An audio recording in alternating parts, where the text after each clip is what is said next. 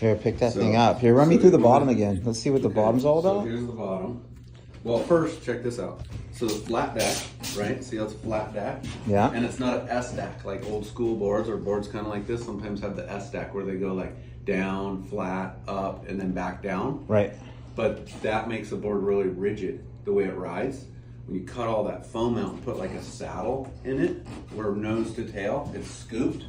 Then in the middle, see all that flex you get out of the board? Yeah. See it? Yeah. The board is like springy with that kind of a deck, and then you keep it flat so you can go thinner here, so it's springy lengthwise. Then you move the foam out here, make up for not having the dome for the foam for paddle. You keep it flat and keep all the foam here so you have all the paddle, but then so the rail isn't all blobby and blocky so it can knife over.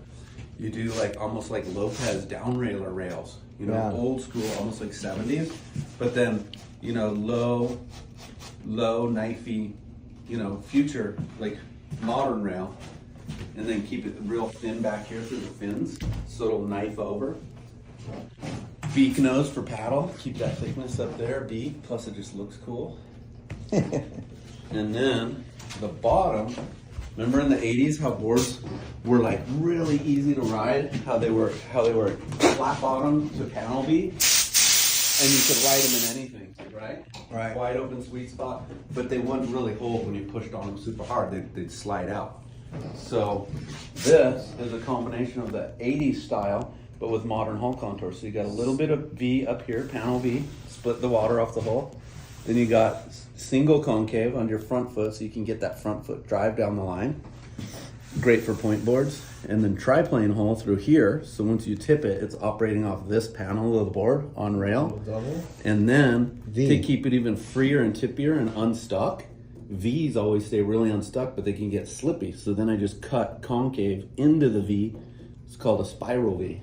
So it keeps the tail free, but on rail, it lets it drive through an arc without sliding out. Here, get me in the frame holding my new race car here. Wow, it looks good. It's photogenic. Ooh. Sometimes boards aren't photogenic. They look good in real life, but when you see them on the camera, they look kind of trippy. Wow. That one's got nice lines. Wow. Beautiful, man. Beautiful work. Amazing, brother. Edwin. Amazing. Edwin's board.